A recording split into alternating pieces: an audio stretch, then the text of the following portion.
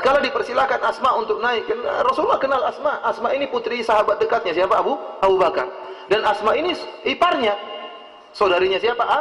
Aisyah. Jadi Rasulullah SAW seperti keluarganya. Tatkala melihat Asma mengangkat barang yang berat seperti itu, Rasulullah SAW kasihan.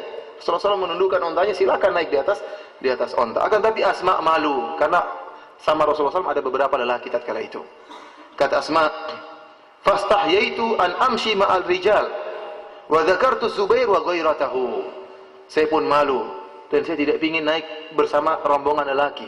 Tatkala saya mau naik, saya ingat Zubair suami saya dan saya ingat suami saya pencemburu. Subhanallah. Kalau dia mikir enaknya sudah langsung naik onta. Tapi dia ingat suaminya apa? Pencemburu. Berarti dia memperhatikan perasaan apa? Suaminya. Ini perlu para wanita, kapan suaminya marah dia harus tahu, suami saya kalau saya gini dia marah. Perhatian. Jangan malah sengaja biar suaminya marah. Dan ini istri akan mengenal. Jika dia hidup bertahun-tahun bersama suaminya, dia tahu kapan suaminya suka yang dia sukai dan apa yang dia benci. Ada yang suaminya tidak mau terlambat makan, sekali terlambat marah-marah. Ada seperti itu. Banyak mungkin modelnya di sini. Ada yang suaminya misalnya ya sangat perhatian dengan sholat, tidak mau harus sholat di masjid. Jangan sampai ada acara-acara yang membuat dia terlambat ke masjid. Suaminya perhatian dengan oleh karena jangan sampai suaminya disibukkan sehingga terlambat ke masjid. Suaminya pasti akan marah-marah. Kalau sudah tahu demikian maka dijaga. Dan ini banyak, masing-masing istri tahu kapan suaminya marah. Oleh karenanya tatkala Asma binti Abi Bakar ingin naik di atas onta supaya jalannya enak, dia ingat Zubair dan ingat Ghairatahu. Dia ingat Zubair ini pecemburu. Kalau saya jalan sama laki-laki, padahal ada Rasulullah dan Rasulullah yang mempersilahkan. Tapi karena dia cemburu, maka mending saya jalan kaki. Mending saya jalan kaki. Luar biasa bagaimana wanita yang solehah seperti ini. Ya. Yang benar-benar memperhatikan apa? Perasaan suaminya. Kata Asma, wa kana aghyarun nas. Dan dia adalah seorang yang sangat pencemburu. Siapa? Zubair bin Awwam. Fa'arafa Rasulullah sallallahu alaihi wasallam inni qad istahyaitu famadha faji'tu Zubair. Dan Rasulullah SAW tatkala melihat saya malu, maka Rasulullah pun jalan. Tidak jadi naik di atas Asma, tidak jadi di atas ontanya Nabi sallallahu alaihi wasallam. Maka saya pun mendatangi Zubair setelah itu dan saya ceritakan kepada Zubair. Aku katakan, wahai Zubair, tadi saya ketemu dengan Rasulullah sallallahu alaihi wasallam dan saya sedang memikul biji-bijian di atas kepalaku dan bersama Nabi ada sebagian lelaki. Kemudian Rasulullah SAW mempersilahkan saya naik di atas ontanya, akan tapi saya malu dan saya ingat kau pencemburu. Dan ini seperti ini bagus. Jadi terkadang ikhwan, ini kan amal soleh. Terkadang wanita menampakkan amal solehnya kepada suaminya. Niatnya bukan karena riya, bukan. Tapi agar suaminya tahu dia adalah wanita yang soleha sehingga percaya sama dia. Bukan seorang wanita yang nggak pernah baca Quran. Bu, kamu kok nggak pernah baca Quran? Saya kalau baca Quran nggak usah bilang-bilang, mas. Padahal nggak pernah baca Quran. Saya ikhlas. Bukan begitu, suaminya ingin dia baca Quran. Dia niatnya bukan untuk riya, enggak, agar suaminya percaya sama dia. Bahwasanya dia juga punya waktu untuk apa? Ibadah. Lihat ini sekarang Asma melaporkan, saya ingat kau pencemburu. Ini kan amal soleh. Berarti dia perhatikan apa perasaan apa? Suaminya. Namun dia ingin menyenangkan hati suaminya, dia mengatakan, lihat wahai suamiku, saya rela jalan berkilo-kilo sambil mengangkat barang demi kamu. Maknanya seperti itu. Ini semakin buat Zubair cinta kepada siapa? Asma. Padahal Zubair mengatakan, wallahi la hamluki nawa kana ashadda alayya min rukubiki ma'ahu. Kata Zubair, wahai istriku, lebih baik tadi kamu naik di atas onta ya, bersama Nabi. Itu lebih ringan bagiku daripada kamu harus mengangkat apa? Barang jalan berkilo-kilo ya. Ini artinya kondisinya memang sulit tatkala kehidupan mereka. Namun Asma adalah wanita yang soleha, tidak berkeluh kesah, tidak menjadi suami, tidak apa kemudian membanding-bandingkan dengan suami yang lain, tidak. Jadi dia jalani kehidupan tersebut, dia tahu namanya inilah kehidupan yang menuju kebahagiaan taat kepada suami. Inilah kebahagiaan yang mengantarkan pada kebahagiaan di dunia dan kebahagiaan di akhirat. Akhirnya Abu Bakar radhiyallahu taala anhu setelah itu mengirim pembantu untuk siapa? Asma. Ya, mungkin Rasulullah laporkan, Allah alam bisa. Yang jelas setelah itu Abu Bakar kemudian mengirim bantu buat Asma. Maka setelah itu kata Asma, saya pun tidak mengurus kudanya Zubair lagi. Ikhwani fillah sanallahu wa yakum, inilah sifat qanaah ya para ibu-ibu sekalian ya. Kita tahu bahwasanya tatkala kita pengajian kita akan menemukan berbagai macam model ibu-ibu. Ya, ada ibu-ibu yang mungkin tinggalnya rumahnya sangat mewah bermiliar-miliar harganya. Ada ibu-ibu yang rumahnya cuma ratusan juta. Ada ibu-ibu yang masih ngontrak. Ya. Dan ini kita akan dapati sebagaimana para lelaki. Oleh karenanya, tatkala seorang wanita yang miskin bergaul dengan wanita yang kaya, maka jangan kemudian dia merepotkan suaminya. Dia pulang dia mengatakan, suamiku kenapa tidak, akhirnya apa, dia merendahkan suaminya. Padahal kita tahu bahwasanya kekayaan bukanlah ukuran pemuliaan Allah kepada seorang hamba, bukan. Kalau harta itu berarti ukuran pemuliaan, maka para sahabat dulu orang-orang kaya, mereka tidak. Mereka hidup dengan hidup apa? Sederhana. Ya. Yang penting suaminya soleh, ikut pengajian, maka itu berarti Allah telah memuliakan suaminya. Jangan sampai akhirnya dia menuntut macam-macam gara-gara bergaul dengan wanita-wanita kaya. Demikian juga saya ingatkan kepada para laki, jangan sering mengantar istrinya bergaul dengan istri-istri yang kaya. Istri yang kaya itu kehidupan mereka. Mereka alhamdulillah diberikan kemudahan harta oleh Allah dan mereka ikut pengajian. Namun jangan sering mengajak istri bergaul dengan orang-orang kaya. Khawatir, namanya wanita, ya beda dengan laki-laki. Wanita tuh pingin ini, pingin itu banyak. Begitu melihat rumah mewah, wah rumahnya mewah, pulang-pulang, beli ini, wah repot seperti ini. Menyesal saya tadi bawa ke rumah. Ini kenyataan, hati-hati. Sesekali tidak jadi masalah, tapi jangan sering-sering. Akhirnya apa? Dia punya model hidup disamakan dengan hidup model orang yang wanita yang kaya raya.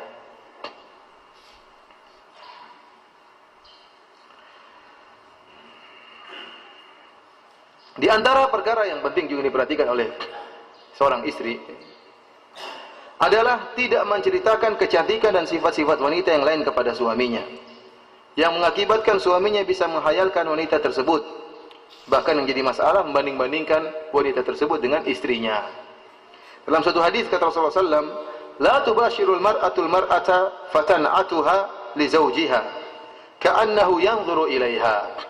Jangan seorang wanita bertemu dengan wanita lain kemudian cerita kepada suaminya, tadi wanita tadi cantik banget ya, cantik banget, masya Allah pipinya gini, badannya begini. Jadi suaminya akhirnya menghayal langsung.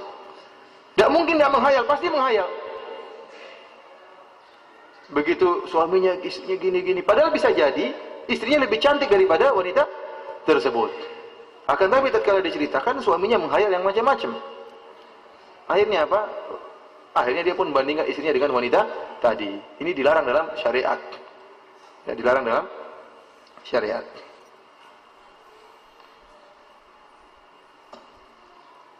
Sampai jam berapa kita?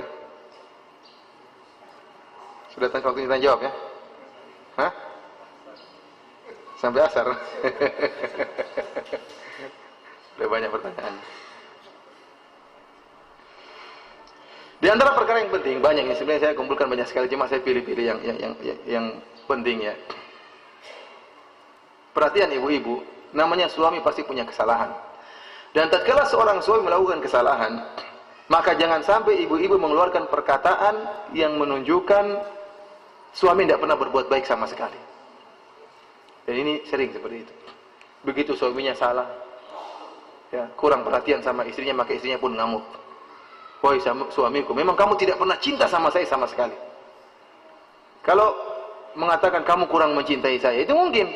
Tapi kalau bilang kamu tidak pernah cinta sama sekali sama saya, nah ini kedustaan.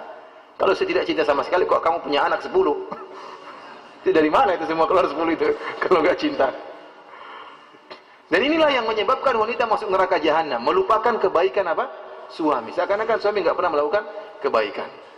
Sebagaimana sering saya sampaikan tatkala Rasulullah SAW berkhutbah Id, maka Rasulullah SAW kemudian maju ke depan ke arah wanita, ke arah belakang. Kemudian Nabi SAW menyatakan, ya ma'syaran nisa tasaddaqna fa inna kunna aktsara hatabi jahannam. Wahai para wanita, banyaklah kalian bersedekah karena sungguhnya kalian adalah yang paling banyak menghuni neraka jahanam. Fa inna kunna takfurna al-ashir, karena kalian sering mengingkari kebaikan suami. Dalam hadis yang lain kata Nabi SAW, la yanzurullahu ila imra'atin la tashkuru li zawjiha wa hiya la tastaghni anhu. Sungguhnya Allah tidak memandang, Allah tidak melihat kepada seorang wanita yang tidak berterima kasih kepada suaminya, padahal dia butuh kepada suaminya. Ini sifat yang paling banyak menjerumuskan wanita dalam neraka jahanam, lupa dengan kebaikan suaminya. Bahkan kata Nabi SAW, ya, lau ahsana ahadukum, ya, ila ihdahunna dahran, kalau seandainya salah seorang dari kalian berbuat baik kepada seorang wanita sepanjang tahun, ya, lau ahsanta ila ihdahunna dahr, kalau salah seorang dari kalian atau kalau engkau melakukan kebaikan sepanjang setahun kepada seorang wanita, thumma ra'at minka syai'an, kemudian dia melihat keburukan pada engkau, sedikit keburukan, laqalat, maka wanita ini akan berkata, ma ra'aitu minka khairan qat, aku tidak pernah melihat kebaikan sedikit pun dari engkau. Ini kalimat-kalimat ini kalimat yang berbahaya, yang mengatakan ma ra'aitu minka khairan qat, aku tidak pernah melihat kebaikanmu sama sekali. Ini berarti pengingkaran terhadap kebaikan suami yang selama ini dilakukan oleh suaminya. Seperti kau tidak pernah mencintaiku selama ini. Ini juga pengingkaran cinta suami. Perkataan-perkataan seperti ini tidak baik. Ya, kalau marah jaga lisan. Ya. Kendalikan otak. Jangan saya mengucapkan betapa banyak orang terjerumus dalam neraka gara-gara dua patah kata. Hati-hati. Ya. Jangan sampai mengucapkan kalimat yang menunjukkan pengingkaran terhadap kebaikan suami. Demikianlah para ibu-ibu yang dirahmati oleh Allah Subhanahu wa taala, ya. Selamat berjuang, ya. Semoga bisa mensihir para suami, ya. Semampunya, ya. Ikat itu suami, jangan sampai ya, lari ke lain hati, ya. Ya, semoga Allah Subhanahu wa taala memberikan kita kebahagiaan di dunia sebelum kebahagiaan di akhirat. Semoga Allah Subhanahu wa taala melanggengkan pernikahan kita di dunia sampai di akhirat kelak. Selanjutnya kalau ada yang mau bertanya saya persilakan, dan sudah banyak pertanyaan.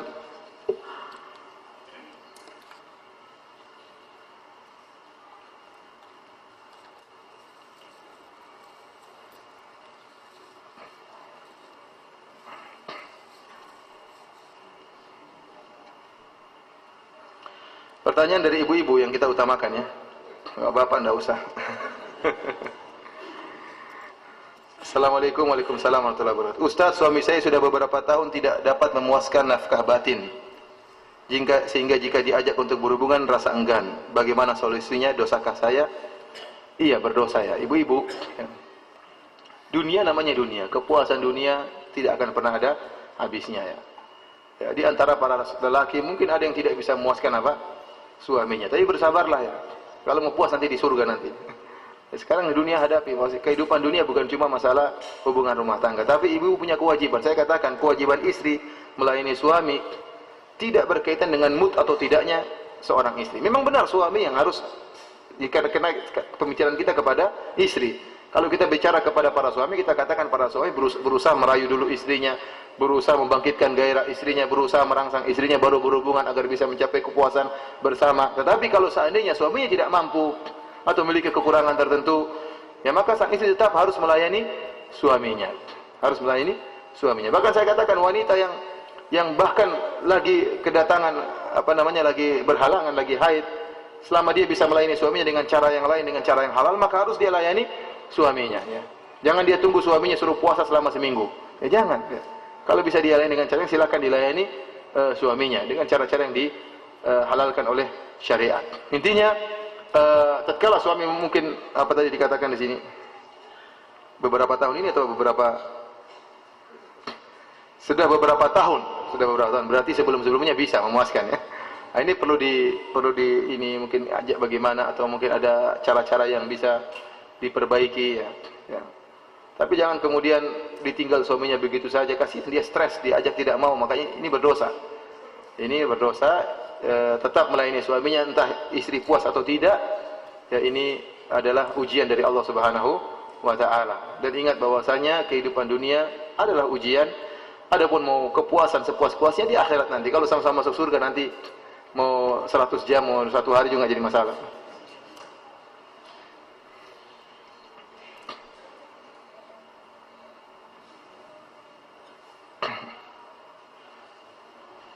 Ustaz, tadi disebutkan Rasulullah mengutus istrinya untuk melihat akhwat yang akan dinikahi, terutama melihat tumit dan mencium bau mulutnya. Faedah untuk mencium bau mulut sudah disebutkan, namun faedah melihat tumit belum. Mohon diterangkan. Saya nggak tahu juga. Orang-orang Arab dahulu mungkin mereka bisa seperti melihat kepada wajah dan kedua tangan. Mungkin mereka jadikan dalil kalau tangannya begini berarti begini. Ini ilmu tersendiri mungkin. Saya tidak mengerti. Melihat tumit bukan tumitnya, tapi urkube itu yang di atas tumit. Di atas apa? Tumit. Tumit belakang di atasnya. Itu yang dilihat. Allah alam apa yang dijadikan dalil oleh Nabi SAW. Tapi mungkin dalam orang-orang ilmu Arab dahulu mereka ngerti. Kalau ini tandanya begini, ini tandanya begini, ya. Sebagai petunjuk untuk sesuatu. Saya tidak tahu dan saya belum baca di kitab-kitab hadis apa maksudnya hal tersebut.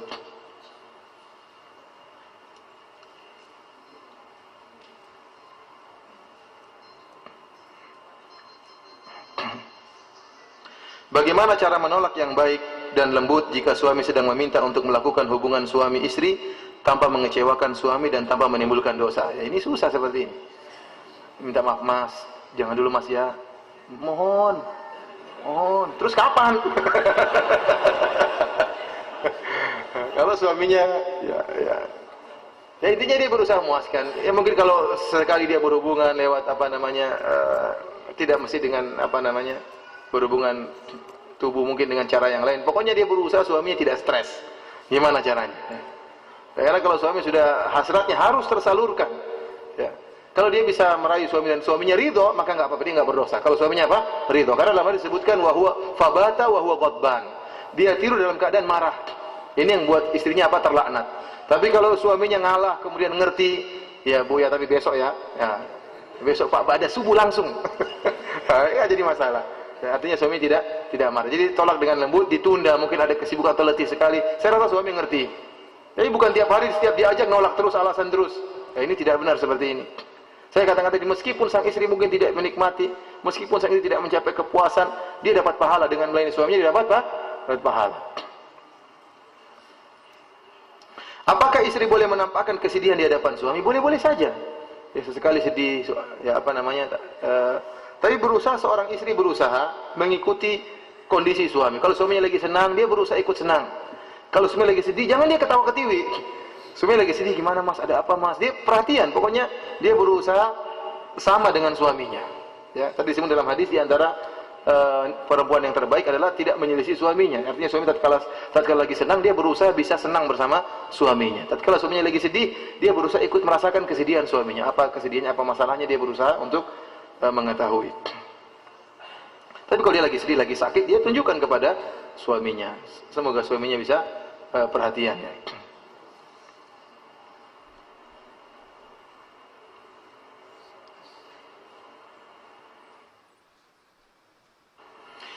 Ustadz, saya ingin bertanya, jika suami dan istri sama-sama memiliki sikap keras kepala, sama-sama egois, dan setiap harinya selalu bertengkar, bagaimana menanggulangi masalah tersebut, agar keduanya dapat menjadi lebih baik tanpa mengorbankan anaknya? Sebab setiap bertengkar selalu di hadapan anak-anak.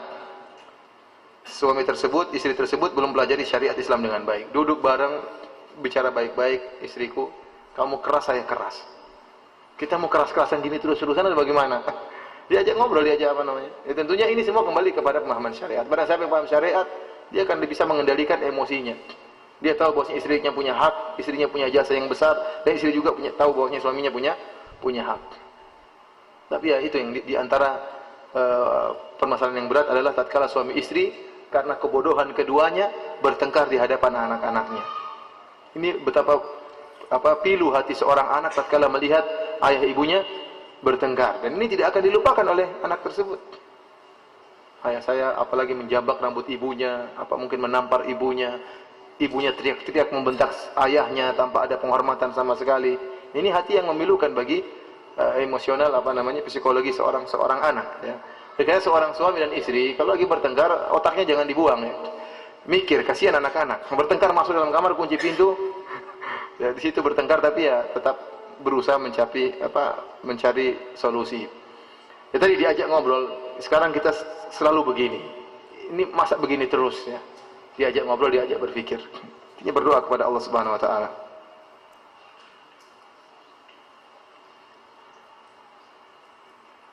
Suami saya sudah meninggalkan saya tanpa mengucapkan talak dan tanpa memberikan alasan yang jelas. Sudah pergi selama 8 bulan dan tidak memberikan nafkah lahir dan batin. Apa yang sebaiknya saya lakukan? Dari pihak keluarga saya sudah berbicara dengan yang bersangkutan tapi diabaikan. Kalau demikian perkaranya, maka boleh untuk minta cerai ya. Kalau memang tidak dicuekin, tetapi lapor kepada KUA ya. Jangan talaknya belum jatuh. Nanti yang mentalakkan atau menceraikan adalah pihak KUA. Lapor KUA, kondisinya demikian.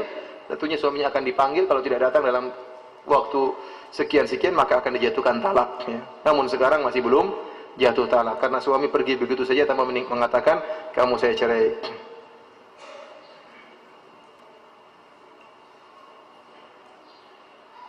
Ustadz, bagaimana mengatur hati supaya tetap tersenyum dan berbicara lembut pada suami Padahal hati sedang kesal pada suami karena beliau belum berfungsi sebagai imam dalam keluarga. Masih jadi makmum suaminya. Ya dinasihati, ya itu namanya begitu. Kita ingin suami kita nunggu senyum suami kita hebat baru kita senyum, ya nggak bisa seperti itu. Sebagaimana suami dia senyum kepada istrinya, nunggu istrinya mantap segala halnya, agamanya bagus, taat baru dia mau senyum, ya. Kalau begitu kapan mau mendapatkan keharmonisan rumah tangga? Nggak mungkin. Oleh karenanya kekurangan suami ya, diperbaiki dengan kita kan ingin keluarga kita baik.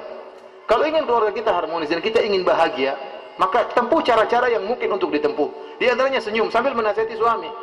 Tapi kalau nunggu suami baik dulu baru kita senyum, ya hidupnya sengsara, menyengsarakan diri sendiri. Bikin enjoy, kehidupan bikin enjoy. Kita mau enjoy atau mau hidup setengah mati? Kalau hidup keras-kerasan ya nggak usah senyum, nggak usah tunggu suami saya jadi imam dulu. Nah, nggak seperti itu. Ya. Oleh karena mulai dengan yang mungkin kita lakukan, ini perintah Allah Subhanahu Wa Taala, sambil kita berusaha menasihati suami kita supaya bisa jadi imam.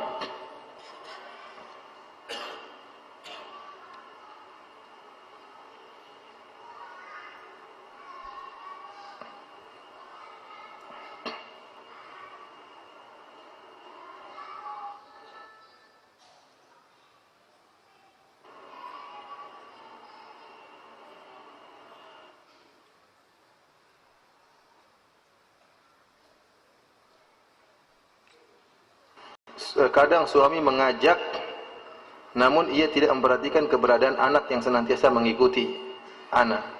Apa sehingga anak bingung. Anak hanya takut anak-anak melihatnya. Namun kadang suami tidak mau mengerti sampai anak tertidur dulu dan hanya marah-marah. Wah. Berarti suaminya cinta sekali sama dia. Tidak melihat apa? Situasi dan kondisi. Jadi tinggal dibilang baik-baik. Suamiku kasihan. Diomongkan dengan cara yang baik. Kalau anak-anak lihat gimana kasihan psikologis anak-anak. Jangan marah-marah, diajak. Mau suami itu kadang kalau saya bilang kalau lelaki sudah apa namanya? Sudah lagi dalam keadaan hasratnya tinggi ya. Maka 2/3 otaknya hilang, tinggal 1/3. Dia pikir gimana saya bisa keluarkan hasratnya. Oleh karena dia ajak ngomong baik, mas, anak kita masih belum tidur, nanti kalau lihat gimana mas psikologinya. Ayo mas, gimana caranya? Diajak mikir, itu suaminya ngatur sendiri. Anaknya suruh main ke tetangganya dulu sebentar, ya boleh. Nah, tolong hitung dari 1 sampai 1000 ya. Kalau 1000 nanti Abi kasih oleh-oleh, kasih hadiah ya sudah. 1, 2, 3, 4, 100 kali 10, 1000. Gimana diatur agar anak tersebut tidak, karena melihat yang jelek seperti itu masa kelihatan oleh anak-anak lagi berhubungan. Rusak psikologinya nanti, rusak psikologinya.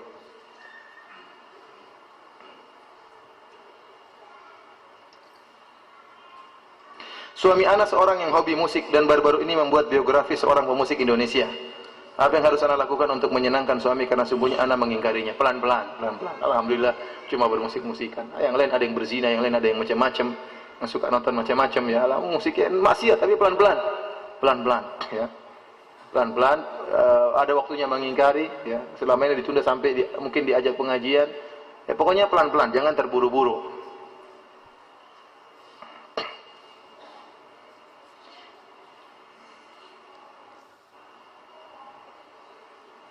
Ana mau bertanya, bagaimana hukumnya seorang istri membelanjakan uang bulanan dari suami untuk kepentingan pribadinya sendiri, misal belanja pakaian, sepatu dan lain-lain.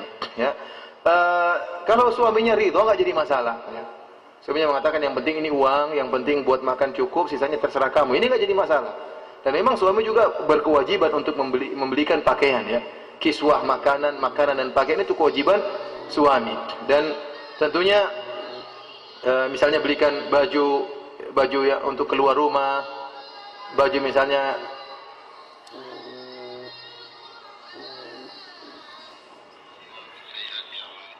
contohnya baju tidur, baju di kamar tidur. Ini kalau memberitahu suami itu lebih baik. Mas, saya tadi begini-gini untuk beli ini. Artinya kalau suami mengizinkan nggak jadi masalah. Tapi kalau dia membeli barang-barang di luar kewajiban suami, seperti uang dia sisihkan kemudian buat beli emas buat dia, ini harus minta keridhaan suami. Harus minta keridhaan suami. Kalau suami tidak ridho, boleh diambil emasnya tersebut. Ya, karena ini bukan kewajiban apa? Suami.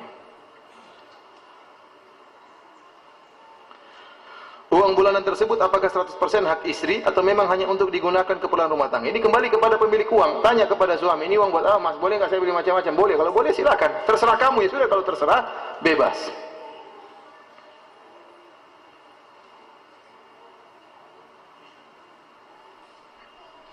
Bagaimana cara mengatasi, menyikapi agar istri tetap patuh dan taat kepada suami, di mana suami suka membuat kesedihan, membuat sedih atas sikap dan lisannya yang kurang tepat, tidak pantas dilontarkan kepada istri dan anak-anaknya. Diajak ngobrol berdua, mas, saya kemarin mas pas ngomong gini, saya kok perasaannya gimana?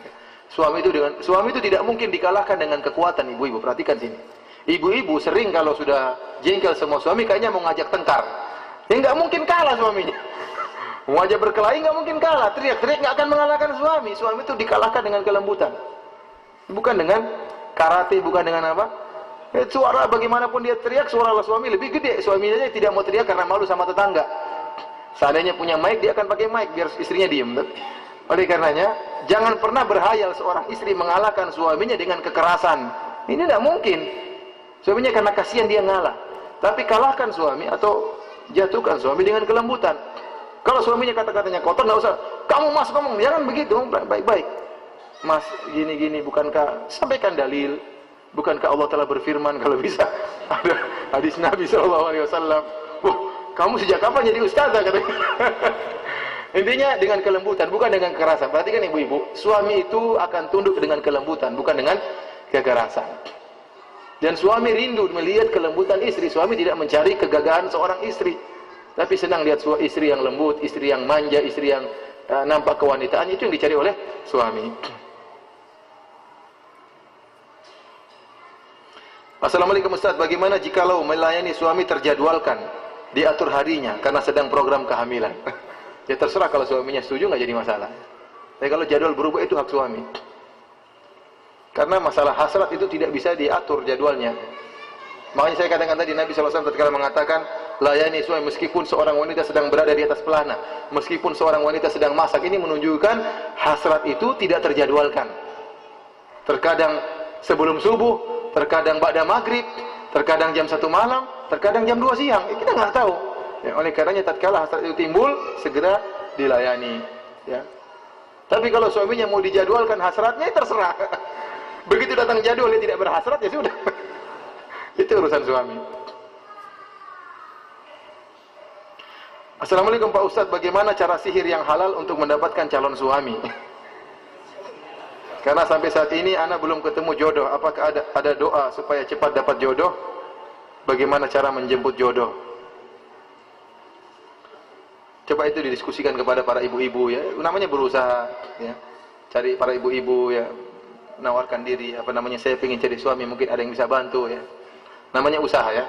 Ya, usaha kemudian sampaikan kepada para ibu-ibu.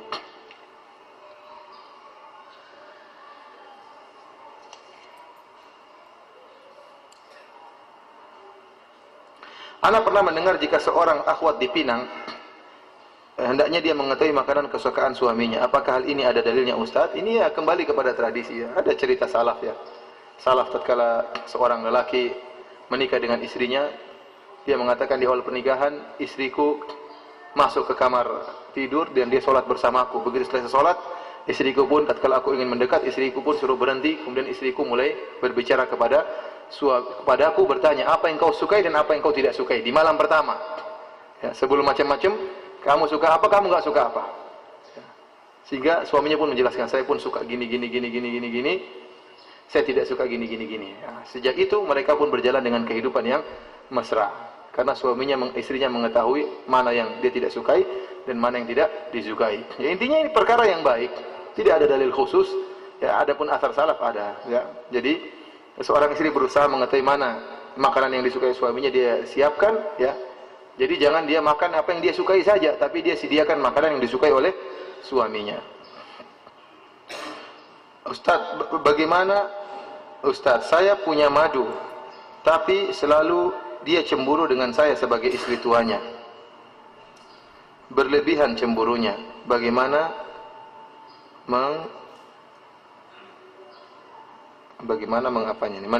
menanggulanginya? Harusnya istri pertama yang cemburu kepada istri kedua, sekarang istri kedua cemburu pada istri Pertama ya sabar, namanya kehidupan berpoligami demikian ya. Ya. Ya sabar dengan kecemburuan tersebut. Ustaz, bagaimana hukumnya kalau kita sama-sama bekerja dan tidak ada pembantu lalu kita membuat pembagian tugas? Suami mencuci baju. Ya boleh-boleh saja. Suaminya setuju, boleh-boleh saja. Apalagi tidak ada pembantu mungkin di rumah. Dan ini mungkin ini agak berat, tapi inilah yang disampaikan oleh para ulama, bahwasanya masalah mengerjakan kegiatan rumah tangga, ya, ibu-ibu ini dan bapak-bapak juga, perkataan kepada bapak dan ibu-ibu, bahwasanya seperti Al-Imam Nawawi rahimahullah dalam kitabnya Syarah Sahih Muslim, beliau menyebutkan tatkala menjelaskan tentang hadis Asma tadi yang mengangkat apa biji-bijian dari tempat berkilo-kilo, beliau mengatakan ini karena kebaikan Asma. Sungguhnya seorang wanita tidak wajib untuk melakukan demikian, dan tidak boleh seorang laki memaksa wanita untuk demikian. Yang wajib dilakukan oleh para wanita, pertama melayani suami di ranjang, dan yang kedua untuk taat kepada suaminya untuk tidak keluar dari rumah. Yang lainnya itu adalah karena kebaikan apa istri. Oleh karenanya seorang suami juga ngerti dan saya harap demikian seorang suami mengerti. Jangan sampai terbayangkan anak muda kita, istri kita kalau kita nikahi harus jadi pembantu. Enggak harus. Ini menurut pendapat Imam siapa? Imam Nawawi rahimahullah. Tapi kita tahu tradisi kita namanya istri ya bekerja. Istri bekerja dan kita jangan terus menganggap dia seperti pembantu, kita anggap dia sebagai seorang istri yang mulia yang meringankan kerjaan kita. Kalau kita ada waktu untuk membantu dia, kita bantu. Seperti sekarang kondisinya suami kerja, istri kerja. Karena mungkin kekurangan harta atau bagaimana, dan mereka sepakat suami yang cuci pakaian. Kalau suami setuju, alhamdulillah. Suami setuju, alhamdulillah, sama-sama bekerja sama untuk meraih kebaikan, dan ini tidak tercela insyaallah. Ustaz, ana ingin tanya bagaimana cara menyihir mantan suami supaya mau berbagi hak asuh anak. Saya bukan dukun, Bu. Enggak ya, intinya didatangi baik-baik, diomong baik-baik. Semuanya dengan kelembutan insyaallah lebih apa? Kebanyakan setan datang membuat kita membayangkan bahwasanya dengan kekerasan itu lebih baik. Namun itu sering keliru. Karena dalam hadis disebutkan, maka narifku fi syai'in illa zana. Ya. Tidaklah kelembutan dalam segala perkara kecuali akan menghiasinya. Sering kita didatangi syaitan mengatakan dengan keras itu lebih berhasil, lebih cepat. Namun seringnya gagal. Memang benar terkadang kekerasan itu mendatangkan keberhasilan. Namun terkadang bukan hukum asal adalah dengan kelembutan. Ya. Baik dengan suami, baik dengan mantan suami, diajak bicara baik-baik. Ya. Dia lebih menghormati orang yang mengajak berbicara dengan baik-baik. Apakah ketika suami berpoligami sudah otomatis karena istri melakukan kesalahan, sementara istri sudah melakukan yang terbaik? Ini kesalahan, ini tidak benar. Jadi image yang ada, kalau suami berpoligami berarti istri gagal. Ini tidak benar ya. Tidak benar. Ya, karena kita dapati Nabi SAW setelah menikahi Aisyah, beliau menikahi banyak wanita setelah Aisyah. Padahal Aisyah adalah istri yang paling dicintai oleh Nabi SAW. Dan itu image yang tersebar.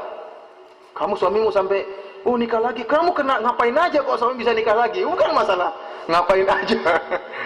Ya, bukan masalah itu ya. Namanya lelaki dia ingin menjalankan sunnah, mungkin dia ingin menolong seorang wanita, ingin berbagi cinta kepada wanita yang lain, itu terserah suaminya. Namun bukan berarti menunjukkan bahwasanya istrinya gagal. Jadi poligami tidak menunjukkan istrinya apa? Gagal, tidak.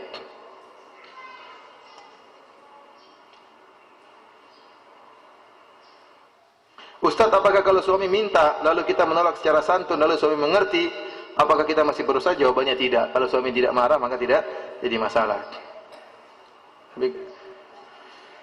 Tapi harus tidak marah dalam dan luar, bukan cuma apa? Iya, enggak apa-apa. Jangan, kalau udah kelihatan lah kalau suami itu marah, ridho dari mimiknya. Kalau dia kelihatan sama sekali tidak ada kemarahan, berarti dia tidak marah. Ustadz, bagaimana sekali-kali membahas tentang perhatian suami kepada istri? Jangan perempuan terus yang dibahas, yang disalahkan. Iya, insya Allah ada waktunya kita menghabisi para lelaki. Sekarang tentang ini para wanita yang diserang sekarang.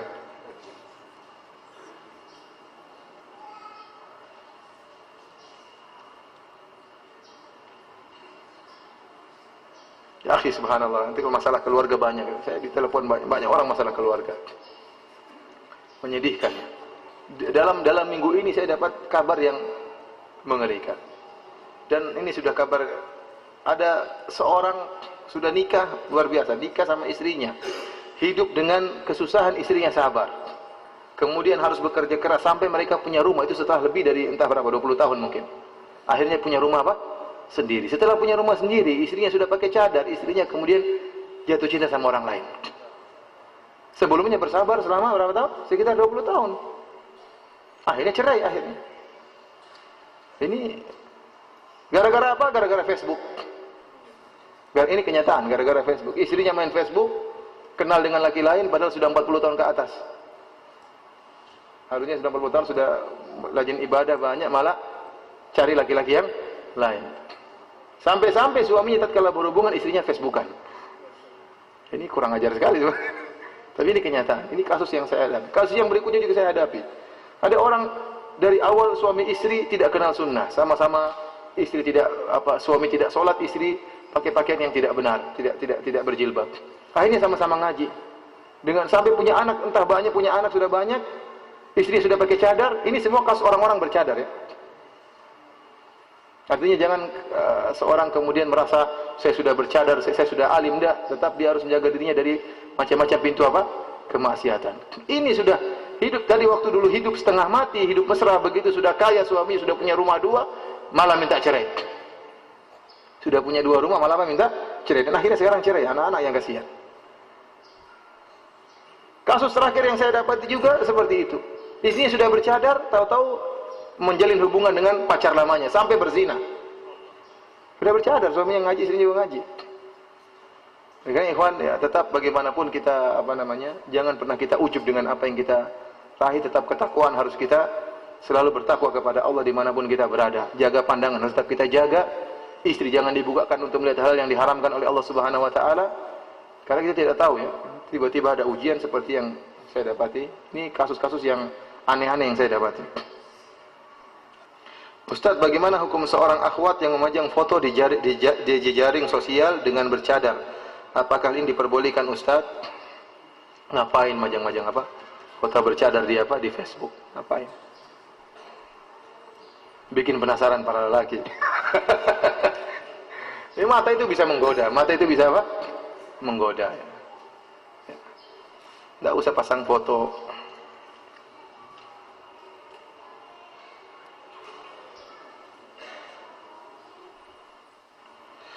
Ustaz, saya seorang istri, dulu saya pernah melakukan zina. Karena saya ingin bertobat, akhirnya saya mengakhirinya. Tapi sampai sekarang saya selalu dihantui rasa berdosa dan bersalah kepada suami saya. Dulu kami pernah berjanji hidup dunia dan akhirat. Bagaimana Ustaz, sampai saat ini pun suami saya selalu bilang mau mengampuni dan maafkan saya. Bahkan nanti di akhirat akan menunggu di pintu surga. Masya Allah, suami yang setia sekali sebenarnya. Dan ini kurang ajar banget ini perempuan ini yang nanya nih. Sekali bertobat jangan diulang ya. Sudah dapat suami yang soleh masih segera bertobat kepada Allah, banyak amal soleh agar dosa-dosa tersebut ya, kata Nabi SAW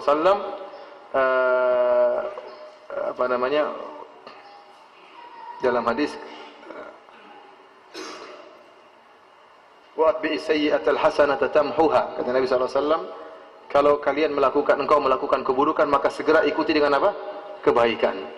Oleh karenanya Rasulullah SAW menyebutkan dalam hadis, "Idza balagal ma'u qullatain lam yahmilul khabath." Kalau air sudah mencapai 2 kullah, maka tidak akan ternajisi. Seperti orang Arab Badui yang kencing di masjid, maka disiram dengan air seember. Orang melakukan dosa zina, ini dosa besar. Maka untuk bisa menghapuskannya, perbanyak amalan soleh.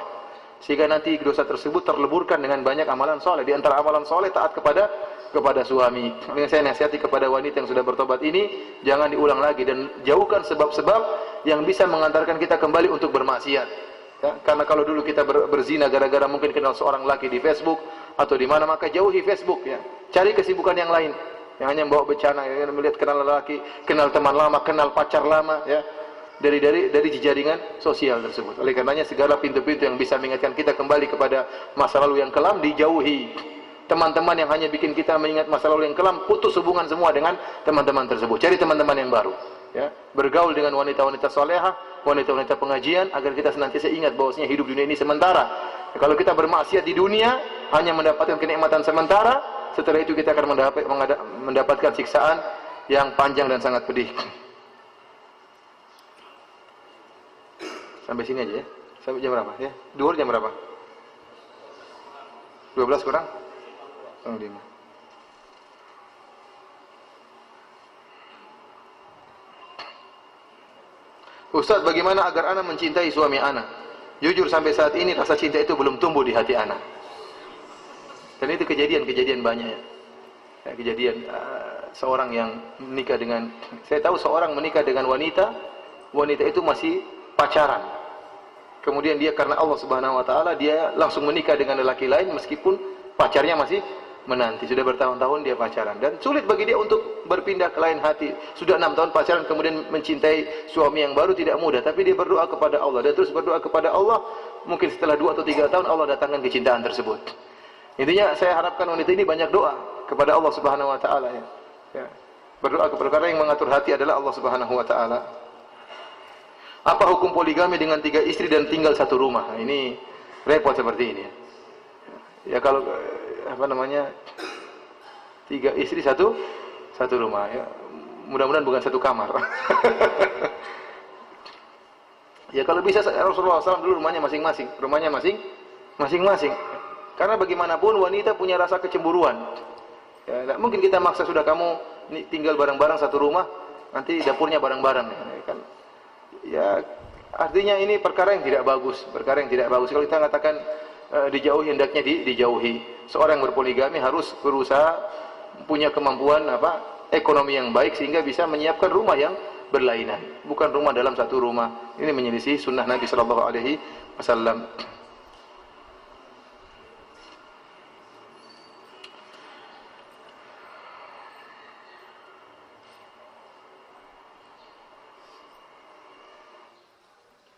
Demikianlah Bapak-bapak dan Ibu-ibu sekalian yang dirahmati Allah Subhanahu wa taala, kajian kita pada kesempatan ini. Tentunya masih banyak pertanyaan yang belum saya jawab karena kekurangan waktu dan kekurangan ilmu. Bisa ditanyakan kepada ustaz-ustaz yang lain. Semoga Allah Subhanahu wa taala menjadikan kita pasangan-pasangan yang berbahagia di dunia sebelum berbahagia di akhirat kelak. Wabillahi taufik. Assalamualaikum warahmatullahi wabarakatuh. Subhanallah wa bihamdihi.